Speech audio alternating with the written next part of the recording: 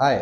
अगर आप भी नागपुर का सबसे बेस्ट कैफ़े ढूंढ रहे हो जहाँ पे आप लोग चिल कर सकते हो फ्रेंड्स लोगों के साथ, कुछ छोटे मोटे फंक्शन कर सकते हो, पार्टी कर सकते हो, जहाँ का वाइब बहुत अच्छा हो, सब एस्थेटिक लगे एंड आपके फ्रेंड्स और फैमिली कोई भी आ सकता है, तो आज ये एपिसोड आपके लिए, क्योंकि आज हम हैं नागपुर के 7-Eleven कैफ़े में। एंड अगर आप फूड इंडस्ट्री में हो या कैफ़े इंडस्ट्री में हो या स्टार्टअप्स में आप इन्वेस्ट करना चाहते हो, अपना करियर बनाना चाहते हो, तो ये एपिसोड प्लीज़ एंड तक देखिए, क्योंकि आज हमारे साथ हमारे जो गेस्ट है वो हमें इस चीज़ के लिए पूरा एंड तक बताएंगे।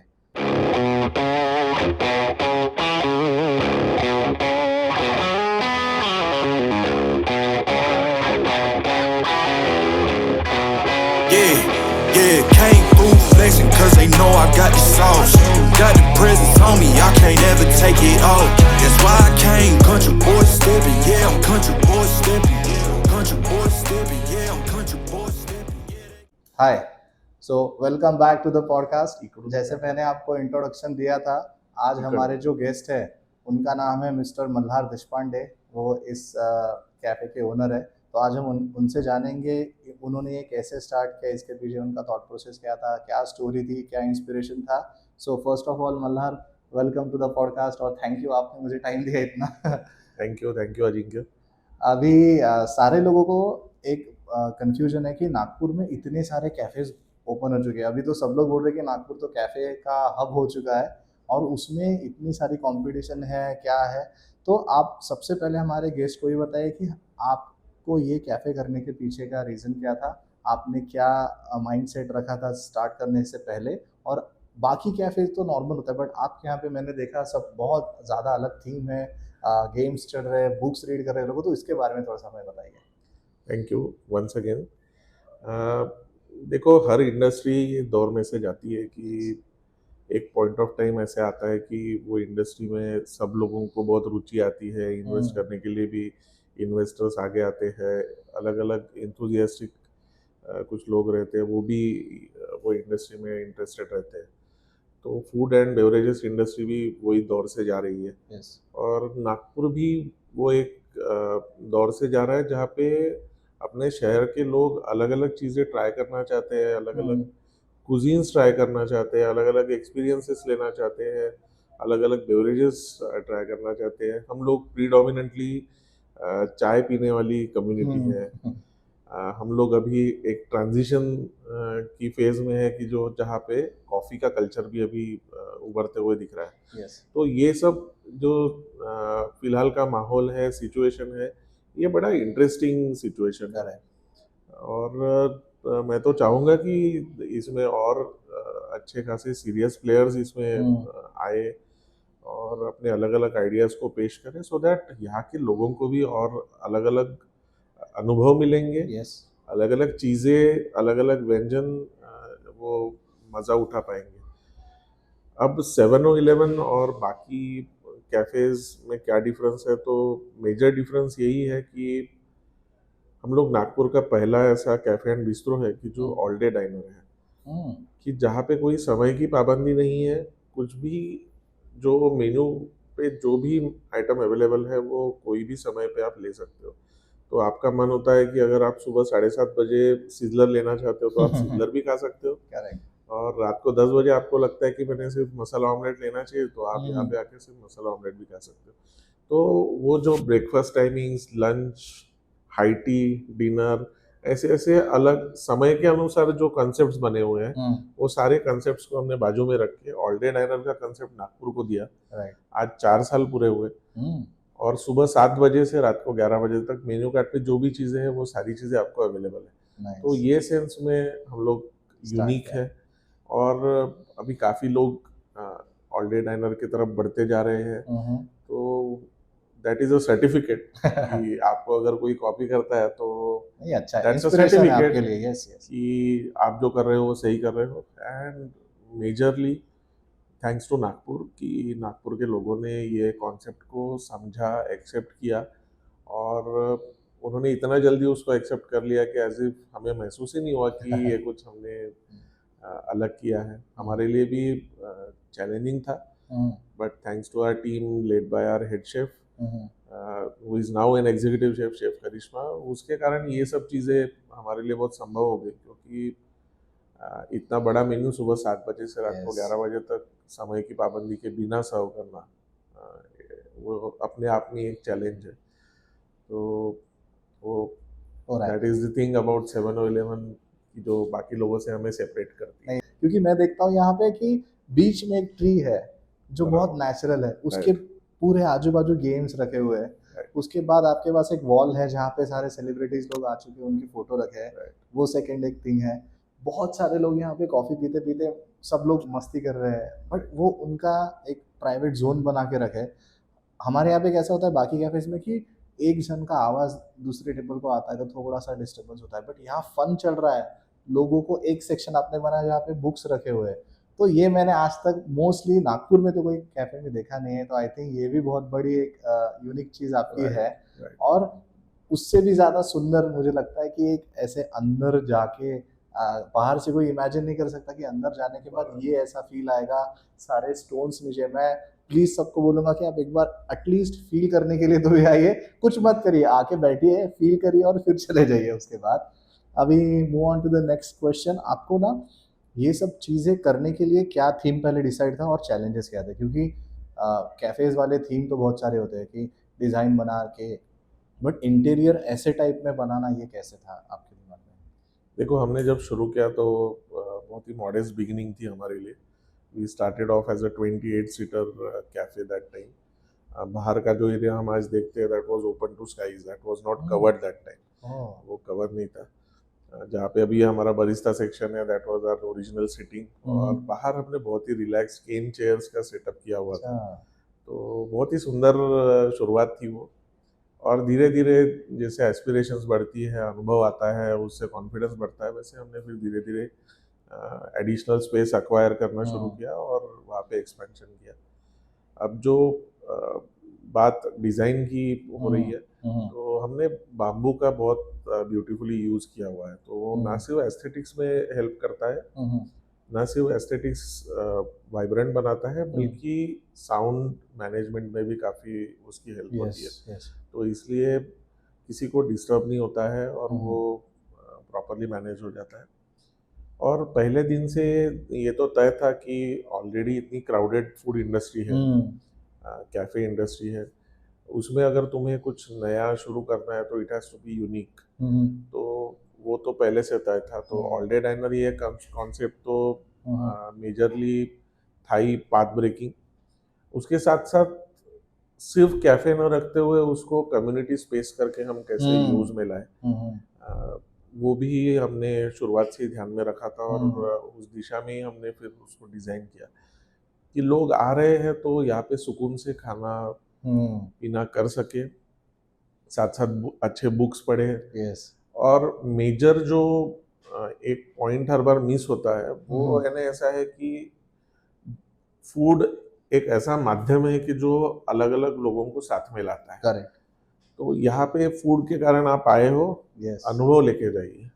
तो इसलिए फिर बुक्स है, अलग अलग एज ग्रुप के हिसाब से, अलग अलग जेंडर्स के हिसाब से गेम्स भी रखे हुए हैं, बोर्ड गेम्स, सो दैट आप यहाँ पे आने के बाद कभी बोर महसूस नहीं करोगे। कोई भी कॉन्वर्सेशन आपका, कोई भी ओकेजन हो, उसके हिसाब से गेम्स है। हर जॉनर के हिसाब से, हर लैंग्वेज के हिसाब से यहाँ पे बुक्स डेवलप, लाइब्रेरी डेवलप की हुई है। तो इसलिए इन अ वे वो एक कम्युनिटी एक्सपीरियंस हो जाता है कि यहाँ पे सिर्फ आप फूड और बेवरेजेस के लिए ना आइए, ये अनुभव के लिए भी आइए। तो यहाँ पे मैच की स्क्रीनिंग्स भी होती है, अच्छा, बुक लॉन्चेस भी होते हैं, प्रेस कॉन्फ्रेंसेस भी होती है। ऐसे अलग अलग तरीके से हम लोग अलग अलग इवेंट्स यहाँ पे कराते हैं। मेरा फर्स्ट एक्सपीरियंस बताऊंगा, क्योंकि 4 साल पहले तो मैं इंडिया में नहीं था, तो मुझे तब का वो वाला ओपन वाला नहीं पता। बट मैं कुछ महीने पहले, आई थिंक लास्ट ईयर ही आया था, तो हम लोग जहाँ बैठे यही सेक्शन में हम लोग आए थे, क्योंकि यहाँ पे छोटा सा मीटिंग था, गेट टुगेदर था। एंड मैंने पहले अंदर आते ही मुझे ये सेक्शन दिखा नहीं, क्योंकि थोड़ा सा अंदर है वहाँ बात, तो मुझे लगा था कि बाहर इतने लोगों में हमको डिस्कस करना है तो हम लोग कैसे कर सकेंगे, क्योंकि म्यूजिक भी थोड़ा सा लाइट म्यूजिक चलते रहता है, लोगों का भी बात करने का कुछ सेंस होता है। फिर आगे अंदर आने के बाद मैं जब ऑर्डर देने गया, तब मैंने ये लेफ्ट साइड वाला सेक्शन देखा कि जहाँ पे आप क्लोज्ड अंदर सेक्शन है, तो अगर आप ग्रुप ऑफ लोग हैं, कुछ छोटा सा मीटिंग है तो ये कर सकते हैं। उस टाइम फिर मुझे थोड़ा सा वो फैंसी लगा कि एक ही कैफे में ये भी सेक्शन है जहाँ पे आपको किसी को अगर बाहर नहीं सुनना है, कट करना है खुद को, तो आप यहाँ पे आके बराबर। कर सकते हैं। तो वो एक हमारे लिए एडवांटेज बन गया कि हम्म। हमारे पास स्पेस थी, हम्म। हमने उसी तरीके से उसको डिज़ाइन किया कि अच्छा। यहाँ पे कुछ प्राइवेट पार्टीज, प्राइवेट हम्म। फंक्शंस, किटी पार्टीज या कॉन्फ्रेंसेस या इवन किसी एनजीओ के या कॉरपोरेट ग्रुप के लंचन मीटिंग्स भी आराम से हो अच्छा। सकते हैं। यस। और बाकी का जो एरिया है उसमें रेगुलर ऑर्डर्स, रेगुलर कर सकते गेस्ट, गेम्स वगैरह ये सारी चीज़ें हो बिना सकता है। डिस्टरबेंस के हो सकती है। तो वो सेंस में अच्छा एक अच्छा सेटअप हो गया है वो। अभी ना थोड़ा सा डिफरेंट क्वेश्चन है, बट ये ऐसे लोगों के लिए बहुत एक्सपीरियंस होगा जो खुद का कोई भी स्टार्टअप बिजनेस स्टार्ट करना चाहते हैं, सिर्फ कैफे इंडस्ट्री या फूड में नहीं, कि कोई भी बिजनेस करने में स्टार्टिंग में आप अपना एक्सपीरियंस बताना, बट इन जनरल सबसे ज़्यादा पहले लोगों को क्या मिस्टेक करते हैं, कि जैसा मेरा मानना है, अगर आप इंडिविजुअली मेरा थॉट प्रोसेस पूछोगे तो, कि यार इतने सारे कैफ़े हैं तो मैं कैसे करूँगा, दूसरी बात इतना पैसा इकट्ठा मेरे पास तो नहीं है तो मैं कैसे करूँगा, मैं इतना इंटीरियर में इन्वेस्ट करूँगा, मेरा शेफ अच्छा रहेगा नहीं रहेगा, बीच में छोड़ जाएगा मैं, तो ऐसे मेरे दिमाग में बहुत मिनिमलिस्टिक थॉट प्रोसेस आता है। तो आपको क्या सबसे पहले डिफिकल्टी लगी थी, फिर आपने उसको ओवरकम कैसे किया? देखो, डिफ़िकल्टी तो मुझे कोई चीज़ की सही मायने में लगी नहीं थी। अच्छा। क्योंकि मेरा थॉट प्रोसेस, माइंडसेट हम्म। थोड़ा डिफरेंट है इन दैट सेंस। हम्म। क्योंकि हम कोई भी चीज़ जब शुरू करते हैं तो मेरा ऐसा मानना है कि of course be well prepared, hmm. तुम्हारे पास फैक्ट शीट सारी रहना ज़रूरी है, रिसर्च जो भी तुम इंडस्ट्री में शुरुआत करना चाहते हो वो सारी चीज़ें रहना बहुत ज़रूरी है। लेकिन सबसे इम्पोर्टेंट चीज़ ये होती है कि अ, जब तुम ऑन जॉब ट्रेनिंग जिसको बोलते हैं ना, वैसे ही एक एंटरप्रेन्योर के लिए, एक बिजनेसमैन के लिए तुम कोई चीज़ शुरू करने के बाद भी काफ़ी चीज़ें सीखते हो। नहीं। तो वो चीज़ सबसे इम्पोर्टेंट होती है कि हम हम्म। हमारी आंखें, हमारे कान ये हमेशा खुला रखें। होना चाहिए, हाँ। It should always be open for new ideas, new experiences, new learnings. तो तुम एक बार, जैसे उसमें बोलते घुस हैं ना जाओ, कि हाँ। स्विमिंग नहीं भी आ रहा हो तो एक बार बच्चे को छोड़ हाँ। दो पानी में तो वो तैरना सीख ही जाता है। हम्म। तो वैसा ही है, देखा जाएगा एटीट्यूड रखे तो, क्योंकि क्या होता है ना कि हम बहुत ज़्यादा अगर क्वेश्चंस दिमाग में रखे, ये किया तो वो होगा क्या, ये सही होगा क्या, वो सही होगा क्या, तो एक पॉइंट ऐसे आ जाता है कि फिर हम वो चीज़ करना ही बंद कर बंद कर देते हैं, देते हैं, क्योंकि एग्जैक्टली। हमें वो चीज़ बॉग डाउन कर देती है, वो ओवर थिंकिंग जो है वो ओवर पावर करती है। तो इसलिए ऑफकोर्स प्रिपरेशन हमेशा रखनी चाहिए, बट तुम्हारी इच्छा शक्ति सबसे ज़्यादा हमेशा इम्पोर्टेंट है। स्ट्रांग रहनी चाहिए कि मुझे करना है तो मुझे करना है। क्योंकि कोई भी इंडस्ट्री लो, कोई भी सेक्टर लो, there are ample opportunities. Yes. Yes. क्योंकि सबसे बड़ा एडवांटेज जो अपने देश का है वो अपनी पॉपुलेशन पॉपुलेशन। है। यस। तो जैसे कई बार उसको निगेटिवली पोर्ट्रे किया जाता है, मैं तो Exactly. सोचता हूँ कि इतनी अपॉर्चुनिटी है, Yes. 150 करोड़ लोगों को सर्व करने की अपॉर्चुनिटी मिल रही है। बिल्कुल। तो 150 करोड़ लोग कितनी बड़ी ताकत है, कितना बड़ा मार्केट अपॉर्चुनिटी है, तो कूद लेना चाहिए, बाद में सीख लेंगे। Nice nice. You should have good mentors around you, Yes. और तुम्हारे अगर इरादे नेक है तो आसपास के लोग भी अच्छा आपके मिलेगा। पास वैसे अट्रैक्ट होते हैं। मेरा नेक्स्ट क्वेश्चन इसी के रिलेटेड था कि फेल्यूर को कैसे हैंडल किया जाए, स्पेसिफिकली अगर आप कोई स्टार्टअप में हो तो।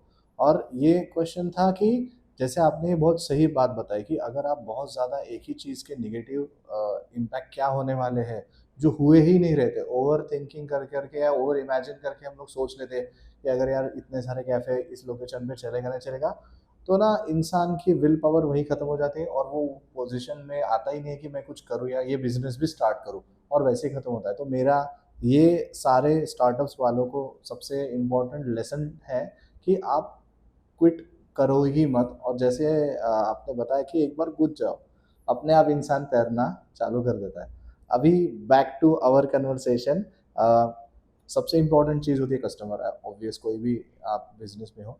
अभी आप कस्टमर के मतलब लॉयल रहने के लिए आपके पास, और वो रिटेन रहने के लिए क्या स्ट्रेटजीज यूज़ करते हो, या ऐसा कोई है नहीं आपका दिमाग में, ऐसा कोई प्लान नहीं है कि बस आपका ये है कि नहीं बस मुझे अच्छी सर्विस देना है तो अपने आप आएंगे, या आप कुछ करते हो इसके ऊपर? Definitely there is a thought process behind all these things, क्योंकि this is a serious business. Yes.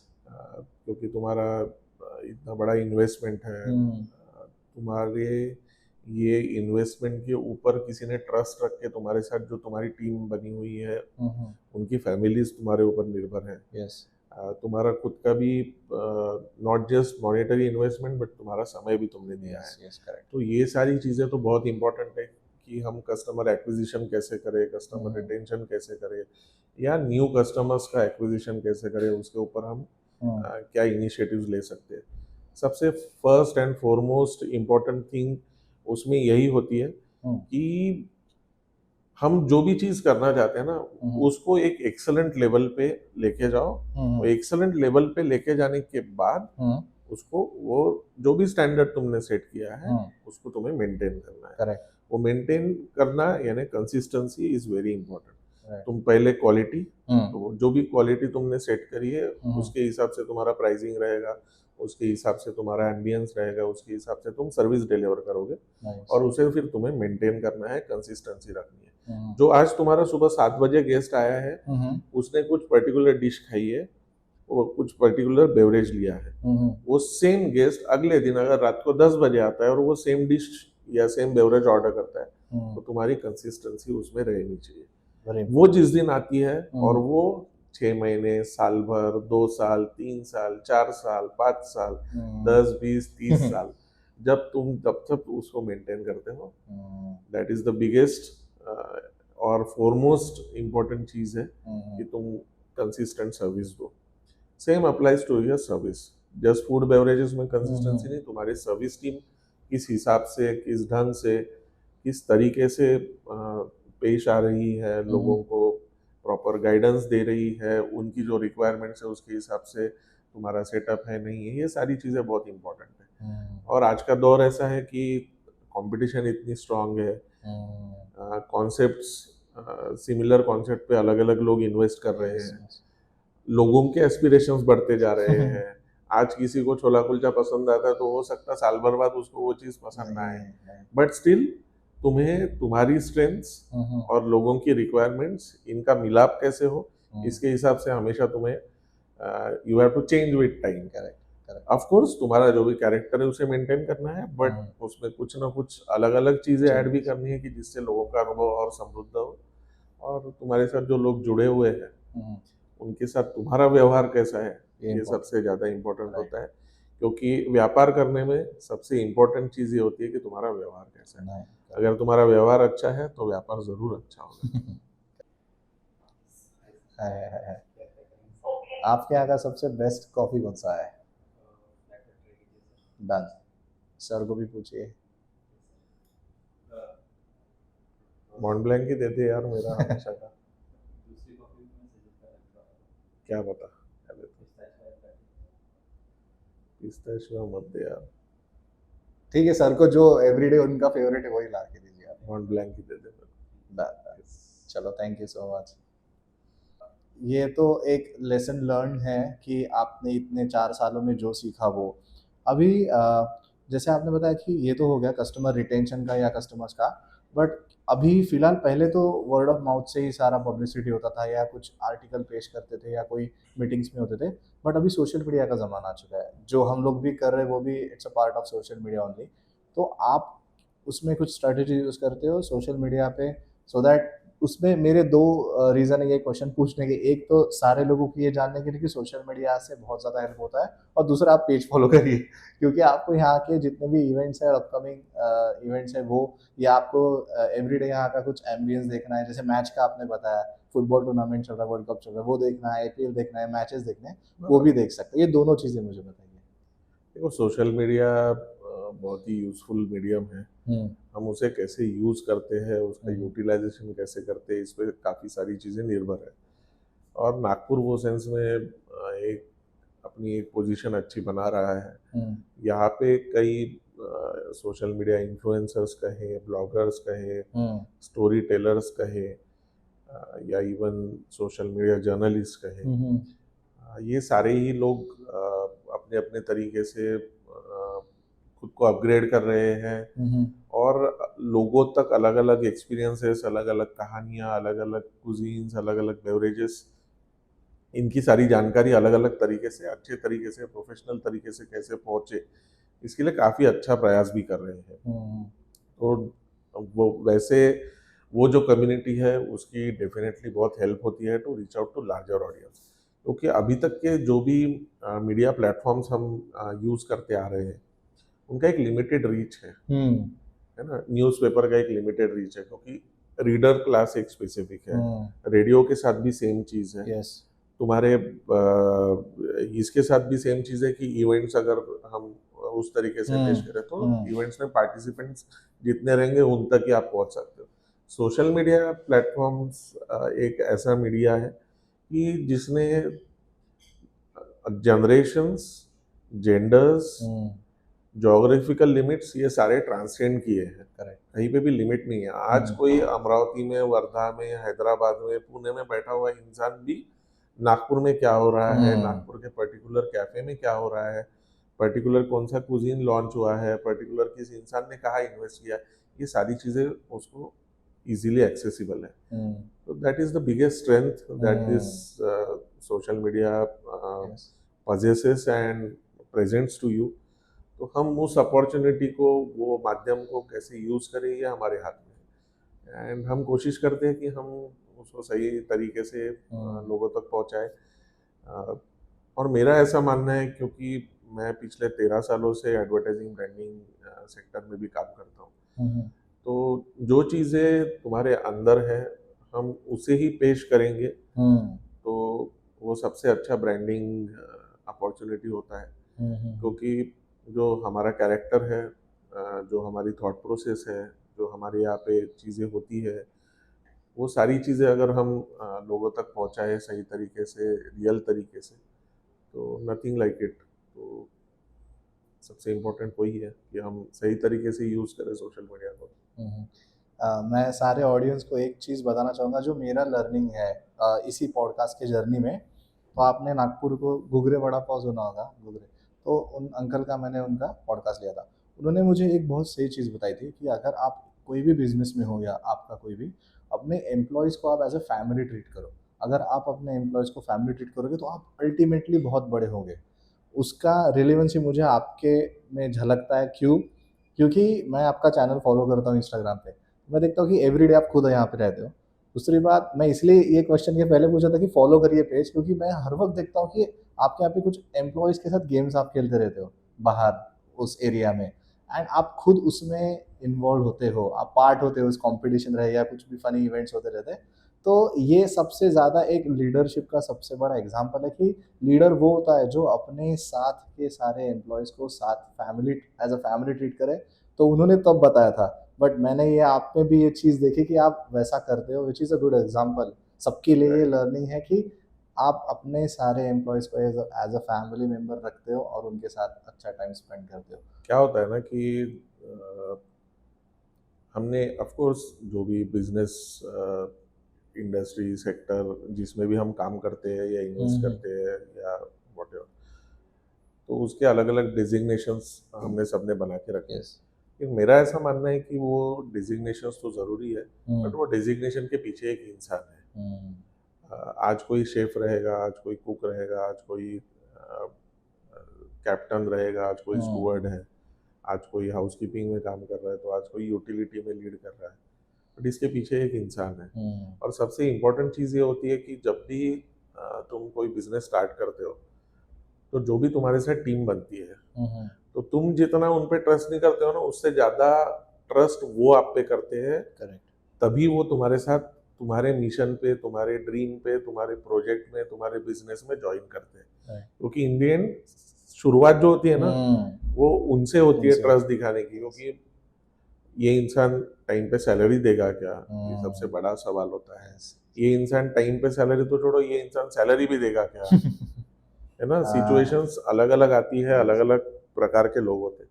तो अगर वो उनके जर्नी की शुरुआत आप पे ट्रस्ट करके दिखा रहे हैं, तो तुम्हारा दायित्व है कि वो सेंस में तुम्हारा व्यवहार हो। यस और मेरा ऐसा मानना है कि सेंस ऑफ ओनरशिप और सेंस ऑफ रिस्पेक्ट अगर म्यूचुअल रहा, दोनों लेवल्स पे रहा, तो काफ़ी सारी चीज़ें आसान हो जाती है। मेरा हमेशा से ही रहा है कि मैं डे वन से बोलता हूँ कि दिस इज़ माय फैमिली, और अगर मैं सिर्फ बोलूँ तो उसमें सेंस नहीं है। नहीं है। तो मेरा व्यवहार भी वैसा Yes, चाहिए, मेरा yes. बर्ताव भी वैसा चाहिए, और वो सारी चीज़ों में झलकेगा ही, और वो एक वननेस रहेगा। तुम्हारी टीम, तुम्हारे जो भी ऑब्जेक्टिव्स हैं उसमें, वो दिशा में, देखो प्रोफेशनलिज्म इज़ वेरी इंपॉर्टेंट, लेकिन सेंस ऑफ ओनरशिप और सेंस ऑफ रिस्पेक्ट, ये अगर किसी में रहा ना, तो तुम्हारे ड्यूटी आवर्स, ड्यूटी के तुम्हारे पैरामीटर्स, ये सारे चौकट के बाहर भी इंसान काम करने के लिए इजी रह जाता है। क्योंकि ऐसे कई सारे मौके आते हैं, ऐसे कई बार सिचुएशन अराइज होती है कि तुम्हें तुम्हारे जो भी असाइंड जॉब्स है उससे ज़्यादा, उससे अलग काम करना पड़ता है। तो वो टाइम पे अगर तुम्हारे यहाँ पे फैमिली का स्पिरिट हो, वो बॉन्डिंग हो, तो हम एक दूसरे के साथ अपने काम के अलावा भी दूसरा काम करने के लिए एक भी बार हेजिटेट नहीं करते। सबसे इम्पोर्टेंट चीज़ ये होती है कि हम बिजनेस करने तो आए हैं, पैसा कमाना तो तय है, लेकिन एज अ फैमिली अगर रहे, सारे सेलिब्रेशंस अगर साथ में करें, अपने सारे त्यौहार हम अगर साथ में निभाएं, साथ में सेलिब्रेट करें, तो उससे एक बॉन्डिंग आ जाती है। और वो जो भी तुम्हारी इंटरनल बॉन्डिंग है टीम में, वो गेस्ट के सामने भी झलकती है। Yes, because in the end your team is your biggest ambassador. तो वो लोग तुम्हारे बारे में क्या कहते हैं, क्या फील करते हैं, ये उनके सर्विस से, उनके पेश आने से गेस्ट के सामने भी जाता है। तो अगर यहाँ का वातावरण अच्छा हो, बॉन्डिंग अच्छा हो, तो naturally they will perform well, they will be happy working here, और वो जो ब्रांडिंग तुम कैरी करते हो ना, वो सालों तक तुम्हारे साथ रहती है। तो हम लोग यहाँ पे सबके सेलिब्रेशन, बर्थडे सेलिब्रेट करते हैं, माइलस्टोन सेलिब्रेट करते हैं, सारे त्योहार सेलिब्रेट करते हैं, एनुअल ट्रिप होती है, एनुअल अवार्ड्स भी होते हैं, मंथली अवार्ड्स भी होते हैं, सो दैट जो भी अच्छा काम हो रहा है उसका रिकग्निशन होना ज़रूरी है। और सैलरीज तो डेफिनेटली इम्पोर्टेंट है, मोटिवेशन मिलता लेकिन है। ये सारी चीज़ें भी उतनी इम्पोर्टेंट है।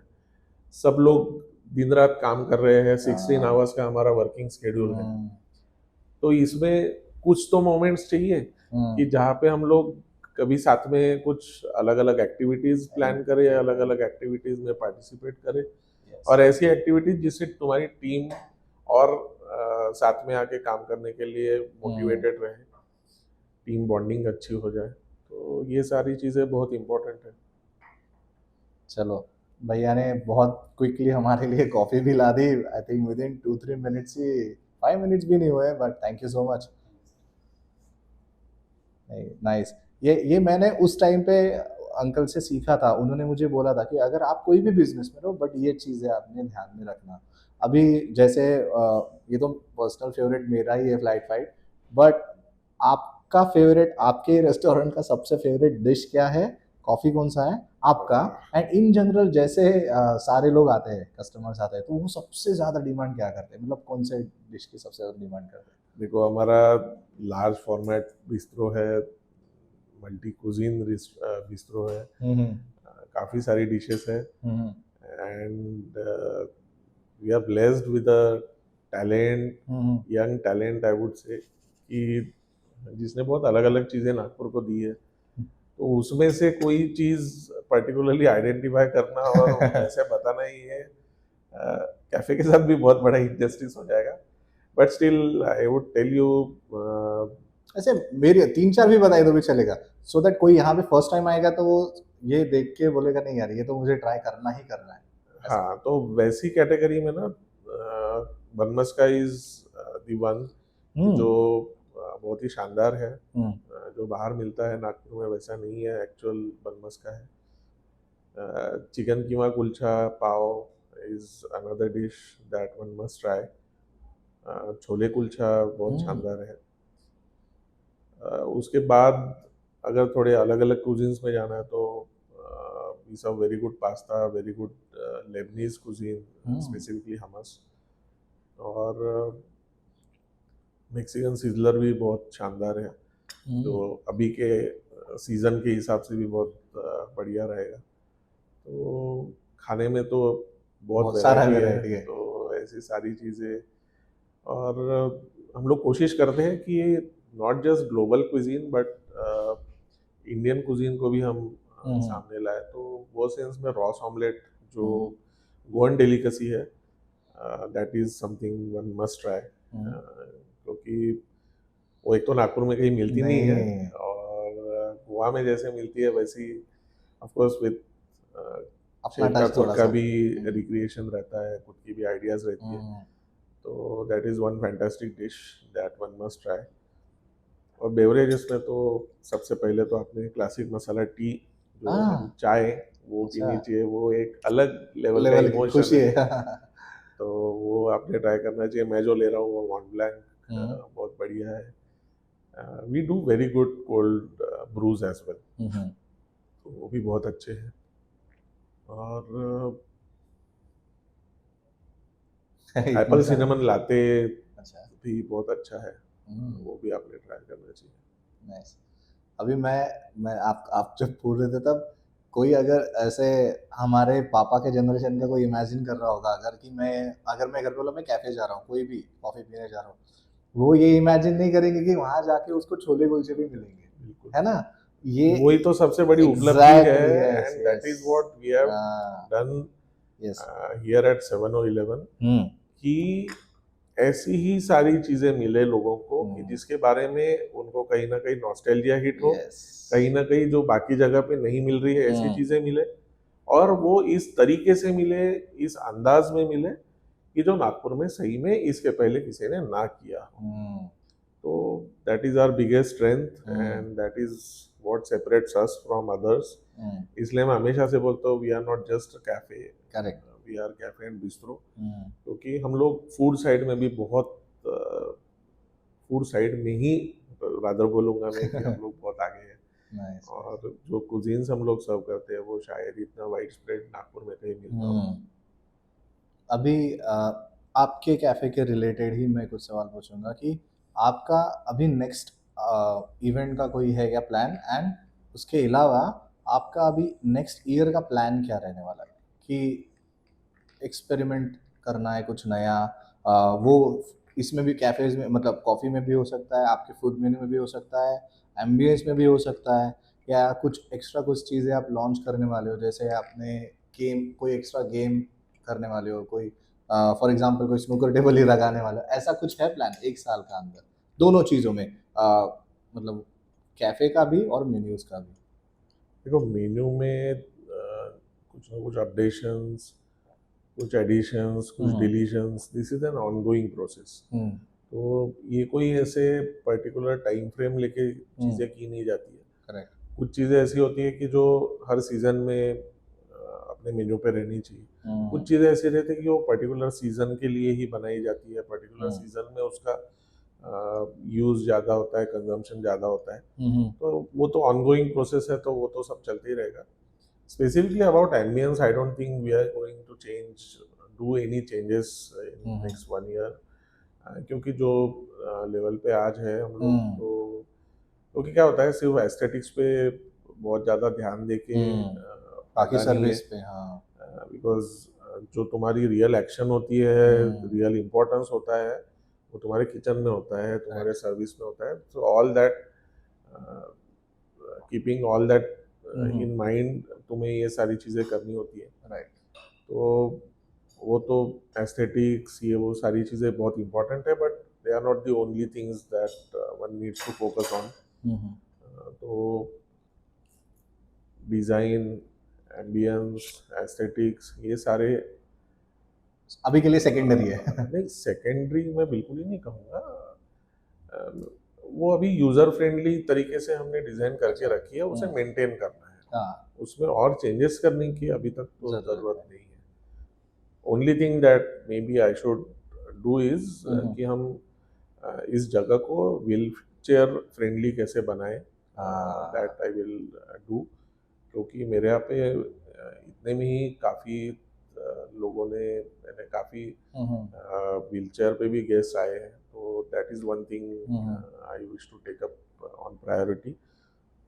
वो चीज़ मैं करूँगा अभी जल्द। नाइस। अभी थोड़े से ना मैंने मेरी टीम जो है उसमें ना यंगस्टर्स ज़्यादा है, तो उन्होंने कुछ फनी क्वेश्चंस मुझे बोला है कि आप प्लीज़ कुछ थोड़े से फनी क्वेश्चंस पूछना, क्योंकि ऐसा कोई पूछता नहीं है, बोले तो आप पूछना। तो बोला चलो ठीक है।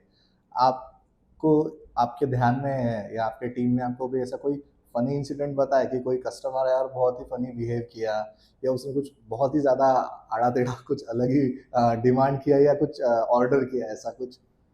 ऐसा कोई स्टोरी है आपके पास? हम्म, बोलना कट होईल आत्ताचा हाँ हाँ, ऐसा आपको किसी टीम वालों ने बताया कि अरे सर आज एंड है ना, मैं ऐसा। फनी इंसिडेंट से ज़्यादा ना एक वियर्ड इंसिडेंट हुआ था, हाँ, वो चलिए मुझे वो। हमेशा से याद है हाँ, कि क्या होता है कि गेस्ट के एक्सपेक्टेशंस बहुत ज़्यादा बढ़ जाते हैं। अच्छा। क्योंकि हॉस्पिटैलिटी नाम है ये सेक्टर का, तो लोगों को लगता है कि यार हम कुछ भी करेंगे तो हुँ, कस्टमर इज किंग या customer is hmm, God types, ये सब कैटेगरी में हमें बग्स दिया जाएगा, तो हुँ। हमारी एक्सपेक्टेशंस तो हम सारी लेके जाएंगे कहीं पे भी जाएंगे। तो लॉन्ग बैक इट वाज 23, हुँ, तब एक कपल आया था हुँ, और इट वाज रेनिंग आउटसाइड, हुँ, हुँ, पूरा कीचड़ लेके अंदर आया था।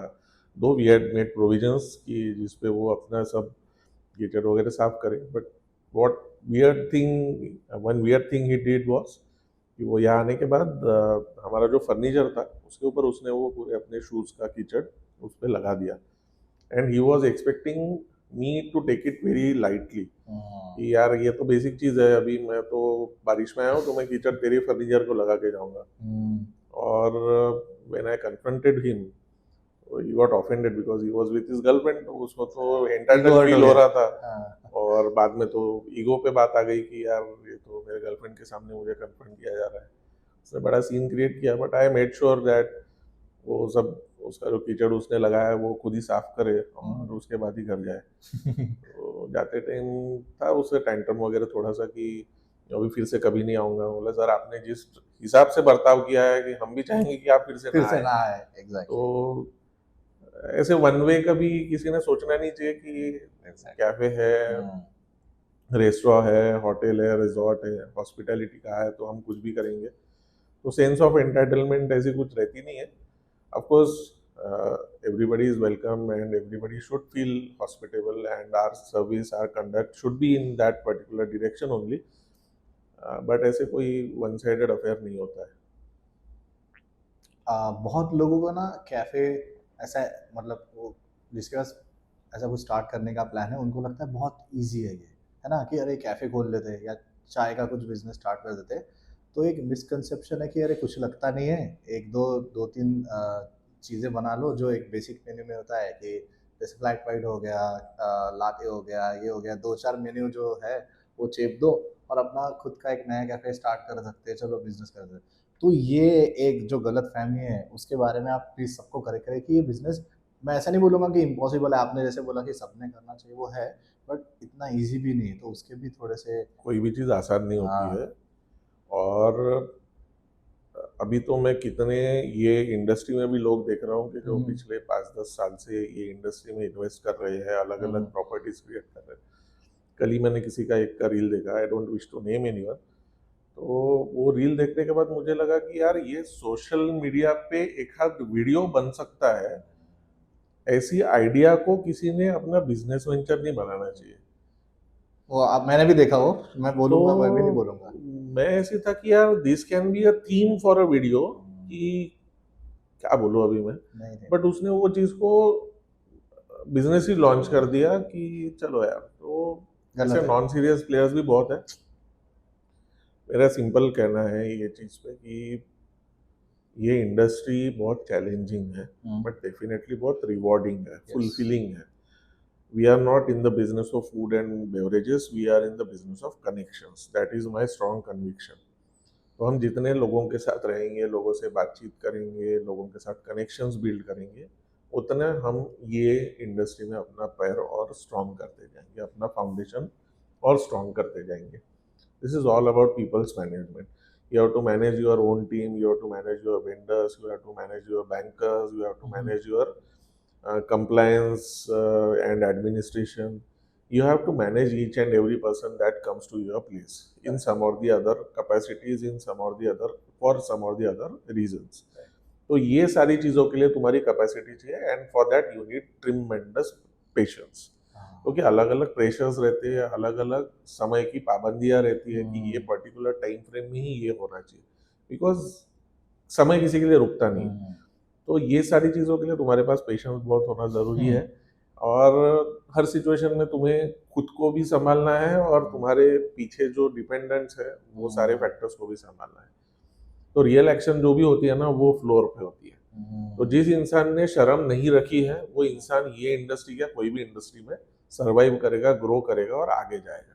जिस दिन हमें लगता है कि यार ये तो मेरा काम नहीं है, इसके लिए तो मेरे पास यूटिलिटी है, इसके लिए तो मेरे पास हाउसकीपिंग है, इसके लिए तो मेरे पास शेफ्स है, इसके लिए तो मैंने सर्विस टीम रखी है, no, that is where you stop your growth, that is where you stop being an entrepreneur.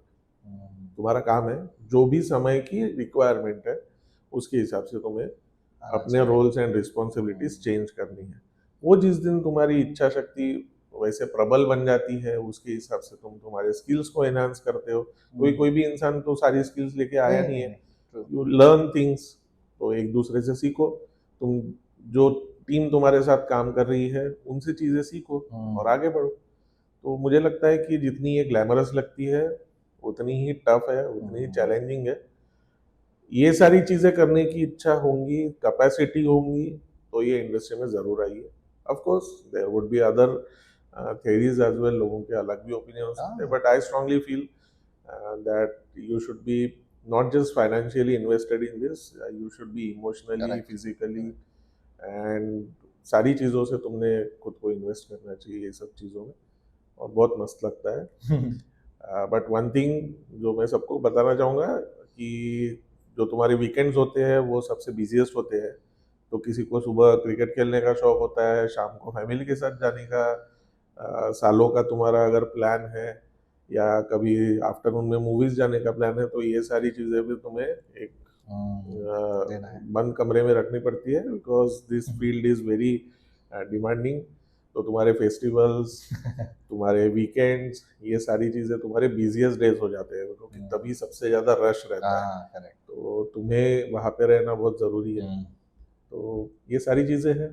तो this is all a beautiful mix, mix of challenges and rewards। और सबसे ज़्यादा अच्छा यही लगता है कि तुम इतने अलग अलग लोगों के साथ मिलते हो, उतने लोगों से कुछ ना कुछ सीखते हो, या उनके साथ कुछ तुम्हारे ऐसे संबंध बन जाते हैं, उनके साथ कुछ ऐसे तुम्हारे स्ट्रॉन्ग कनेक्शंस बन जाते हैं कि वो शायद ही कोई इंडस्ट्री तुम्हें दे पाए। बस you should be open to new ideas, and you should always keep your eyes and ears open। और वही लोग हैं जो तुम्हें तुम्हारी प्रशंसा भी करेंगे, और वही लोग हैं जो तुम्हारी तारीफ के साथ साथ क्रिटिसिज्म भी करेंगे, और दोनों चीज़ें तुमने बहुत सीरियसली लेनी चाहिए, क्योंकि प्रशंसा को भी सीरियसली लेना ही चाहिए, क्योंकि that helps you stay motivated. क्योंकि हमें तो पता है हम में क्या है, but once that recognition chips in, तो वो भी बहुत हेल्पफुल है। और क्रिटिसिज्म को भी तुमने सही तरीके से लेना चाहिए। कुछ चीज़ें ऐसी होती है कि वो क्रिटिसिज्म को हमने साइड में रखना चाहिए, कुछ चीज़ें ऐसी होती है कि वो जो कंस्ट्रक्टिव होती है, that those criticisms help you. तो ऐसे भी कई गेस्ट आए कि जिन्होंने मुझे बहुत सुनाया, बताया, समझाया, अलग अलग तरीके से किया, and that all has help me where 711 is today. Nice. नहीं, इस एंड करने से पहले मेरा यही एक एक्सपेक्टेशन था कि मैंने ये पॉडकास्ट शूट इसलिए किया कि कैफ़े का प्रमोशन करना है या सिर्फ आपके बारे में ही सबको बढ़ा चढ़ा के बताना, ये था ही नहीं। मेरा मेन था जेन्युइनली लोगों से और कस्टमर्स से, आपके भी कस्टमर से और मेरे भी जो फॉलोअर्स हैं उनको कुछ ना कुछ सीखने को मिले। क्योंकि क्या होता है ना कि यंग लोगों को चीज़ें करने में बहुत इंटरेस्ट है, बट वो उसके पीछे का जो हार्डवर्क है वो भूल जाते हैं। या कोई भी आज के डेट में बिजनेस करना है ऐसा सोचते हैं कि यार मेरे को स्टार्टअप करना है, मुझे बिजनेस करना है, मुझे ओनर बनना है, ये बहुत इजी होता है। तो एंड नोट करने से पहले मेरा एक्सपेक्टेशन ये था कि आप रियलिटी चेक दो, किसी को डीमोटिवेट ना करते हुए, बट ऑनेस्ट जो आपका ओपिनियन है वो बताओ। और सारे लोगों को ये अगर चीज़ें समझे तो ऑब्वियसली वो एक स्टार्ट करने के पहले अपने दिमाग में सोचेंगे कि नहीं मुझे करना है तो मुझे मेहनत करना है, मैं 100% सक्सेसफुल बनूंगा ही बनूंगा। अब मैं खुद को ही कॉन्ट्रैडिक्ट भी करता हूँ। मैं तो बोलूँगा कि किसी को कुछ कोई भी इंडस्ट्री में स्टार्ट करना है तो किसी की मत सुनो, हाँ, बस शुरू कर दो। Correct correct. क्योंकि अगर मैं जैसे 7-Eleven की शुरुआत हुई तो सुबह 7 बजे से मुझे जो शुरुआत थी कंसेप्ट की वो ये थी कि मैं छोला कुलचा और कीमा कुलचा दूँ, क्योंकि नागपुर में क्या मिलता है सुबह 7 बजे, तो तर्री पोहा, समोसा, आलू बोंडा, Yes, इसके आगे हमारी गाड़ी गई नहीं। नहीं।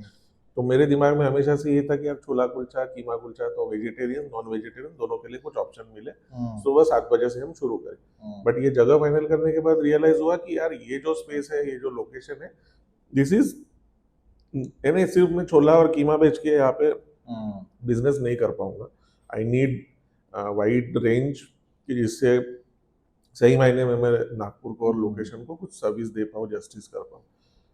तो वो टाइम पे अगर मैं 30 साल से 40 साल से इंडस्ट्री में ऑलरेडी जो काम कर रहे हैं वो लोगों के पास गया रहता, तो सबने तो यही बोला रहता। एक दो लोगों ने तो बोला भी, यार मल्हार ये क्या पागलपंती कर रहा है, सुबह 7 बजे कौन आने वाला है तेरे यहाँ पे, उठने का टाइम होता है, लोग न्यूज़पेपर्स पढ़ते हैं, घर की चाय पीते हैं। ये सारे निगेटिव फीडबैक्स भले ही वो कंस्ट्रक्टिव होंगे, इन गुड फेथ बताए होंगे, या मैं वो चीज़ ना करूँ शायद वर्क ना करे, ये उनका अनुभव कहता होगा इसलिए, but I wanted to do it. और मैंने किया, वो शुरू किया। आज रिस्पांस हम देख ही रहे हैं। जब तक लोगों के एक अलग बाकी कैफेज, रेस्टोरेंट्स, बाकी बिजनेसेस ओपन होते हैं, उसके पहले हमारा काफी बड़ा रेवेन्यू शेयर तो हम लोगों का तैयार हो जाता है, क्योंकि सुबह 7 बजे ओपन होने वाले आज की डेट में भी हम लोग एकमेव जगह है। तो मेरा वही मानना है कि अगर तुम्हारे थॉट पे, तुम्हारे विजन पे तुम्हें अगर फर्म बिलीफ है, तो बहुत ज़्यादा गाइडेंस, बहुत ज़्यादा लोगों के ओपिनियंस ये मत लो, क्योंकि उससे तुम बॉक डाउन हो जाते हो। अनुभव बहुत ज़रूरी है, उसमें से उनके जो लर्निंग्स है वो सुनना बहुत ज़रूरी है, बट कहीं ना कहीं हमें खुद पे भी यकीन करना चाहिए। क्या होगा, फेल होंगे, करेक्शंस लाएंगे, चीज़ें बदल सकती हैं, लेकिन हम वो चीज़ें दिमाग में रख के अगर पहला कदम ही नहीं रखेंगे तो हम कब सीखेंगे। बिकॉज वही है कि हमें शुरू करना चाहिए। ड्यूरिंग द कोर्स हम चीज़ें सीख सकते हैं, बदलाव भी ला सकते हैं, और फिर से न्यू एनर्जी से आगे बढ़ सकते हैं। तो ध्यान में यही रखें कि स्टैटिस्टिक्स तो अलग अलग आते हैं, बट जितना मैंने देखा हुआ है, almost 75 to 80% cafes and restaurants, not just in Nagpur but globally, don't even get to celebrate their first anniversary. तो ये हार्श रियलिटी है। और अलग अलग सीजन्स आते हैं, अलग अलग टाइम ड्यूरेशंस आते हैं, अलग अलग फेजेस आते हैं, तो ये सारी चीज़ें देखने की तैयारी होना बहुत ज़रूरी है। And one thing, rather two things which are most important, this industry you cannot afford to be under capitalized. तो तुम्हारे पास हमेशा प्रॉपर कैश बैलेंसेस होना ज़रूरी है। और दूसरी चीज़, your team is your biggest strength, biggest supporter, biggest ambassador. तो वो चीज़ को कभी भी आप निगलेक्ट मत करिए, इग्नोर मत करिए। पे salaries on time, and pay them well based on their experiences, based on their performance here. और यही सारी चीज़ें हैं कि जो तुम्हें हेल्प करती है। That is about it. Not just welfare but even बाकी मेडिकल नीड्स भी काफ़ी होती है, तो वो सेंस में भी हमने खुद को प्रोग्रेसिव माइंडसेट से ये सब चीज़ों की तरफ देखना और वो फैसिलिटीज़ प्रोवाइड करना हमारा दायित्व बनता है। तो वो सेंस में भी हमने प्रॉपर चीज़ें करनी चाहिए। नाइस। तो एंड नोट बहुत अच्छा किया आपने, और मैंने भी बहुत सारी चीज़ें सीखी इस पॉडकास्ट से। आई होप सारे लोगों ने, फॉलोअर्स ने सब कुछ सीखा होगा। मैं वंस अगेन थैंक यू बोलूँगा आपको कि आपने इतने बिजी स्केड्यूल में से मुझे टाइम दिया। कॉफ़ी बहुत सही थी। मैं सबको रिकमेंड करूँगा कि मैं तो 2-3 बार आ चुका हूँ, बट आप प्लीज़ आइए, यहाँ पे फील करिए, कॉफ़ी पीजिए, खाइए। अंडर वन रूफ आपको सब कुछ मिलने वाला है यहाँ पे। एंड ये एपिसोड अगर आपको बहुत अच्छा लगा है तो सारे लोगों के साथ शेयर करिए, चैनल सब्सक्राइब करिए, और कनेक्ट रहिए, और मैं ऐसे ही एपिसोड्स आपके लिए लाते रहूँगा। So thank you Malhar once again. Actually I am thankful to you Ajinkya कि तू काफ़ी टाइम से ये चीज़ प्लान कर चुका Yes, है। बीच में तू भी ट्रैवल कर रहा Yeah. था, बीच में मैं भी काफ़ी एंगेजमेंट में हाँ। फंसा था, तो this podcast got delayed, Yes. But the kind of approach you had और फॉलो अप, ये सारी चीज़ें, तो मुझे ही एक टाइम पे ऐसे लगा लास्ट वीक कि यार ये क्या हो रहा है, ये हाँ। हर बार मोमेंट आने के बाद कुछ तो भी Alright. पोस्टपोन हो रहा है, तो मुझे ही अच्छा नहीं लग रहा आज था। का तो दिन था बोला उसके कि लिए। भाई ये थर्सडे को तो करना ही है अभी। तो थैंक्स फॉर द अपॉर्चुनिटी कि क्या होता है कि सबके कुछ ना कुछ विजन होते हैं, कुछ थॉट्स होते हैं, तो कई बार ऐसे प्लेटफॉर्म्स अगर मिले तो हम भी फ्रीली एक दूसरे के साथ अपने थॉट्स साझा कर सकते हैं, डिस्कस कर सकते हैं, एक्सचेंज कर सकते हैं। और मेरा तो हमेशा से मानना है कि हम कहीं पे भी जाते हैं तो वहाँ के सिक्योरिटी गार्ड से लेके तो मैनेजिंग डायरेक्टर तक हर एक जन हमें कुछ ना कुछ सिखाता है। Yes, तो true. सारी कॉन्वर्सेशन, सारी मीटिंग्स, सारी एक्सचेंजेस बड़े हेल्पफुल होते हैं, और that is true for this episode as well. बड़ा अच्छा लगा। Thank you. Thank you for the opportunity. Thank you.